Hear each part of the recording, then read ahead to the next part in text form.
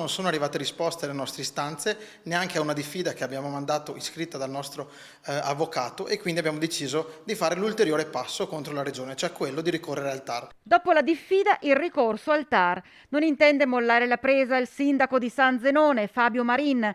Sul piatto l'annosa questione della riqualificazione del centro di San Zenone degli Ezzelini come d'accordo con la Regione Veneto quale opera compensativa per il passaggio della Pedemontana Veneta nel territorio del comune. Lavori per un importo che si aggira sui 4 milioni e 100 mila euro, i cui progetti paiono svaniti nel nulla.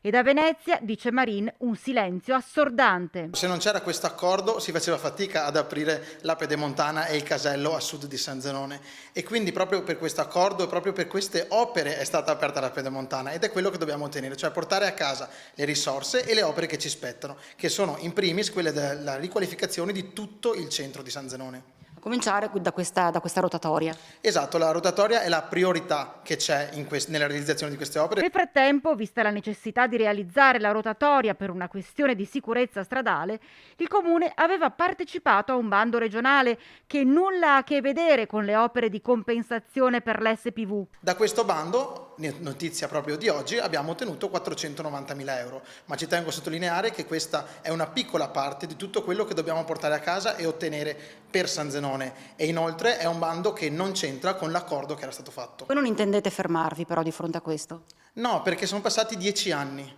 e dopo che abbiamo mandato varie istanze, abbiamo mandato le delibere del Consiglio Comunale di approvazione del progetto, abbiamo mandato una lettera di sollecito per capire quando erano disponibili risorse, abbiamo inviato l'istanza l'anno scorso da parte dell'avvocato, abbiamo inviato la diffida e mai una risposta formale da parte della Regione. Ditemi se questo è un comportamento istituzionale corretto.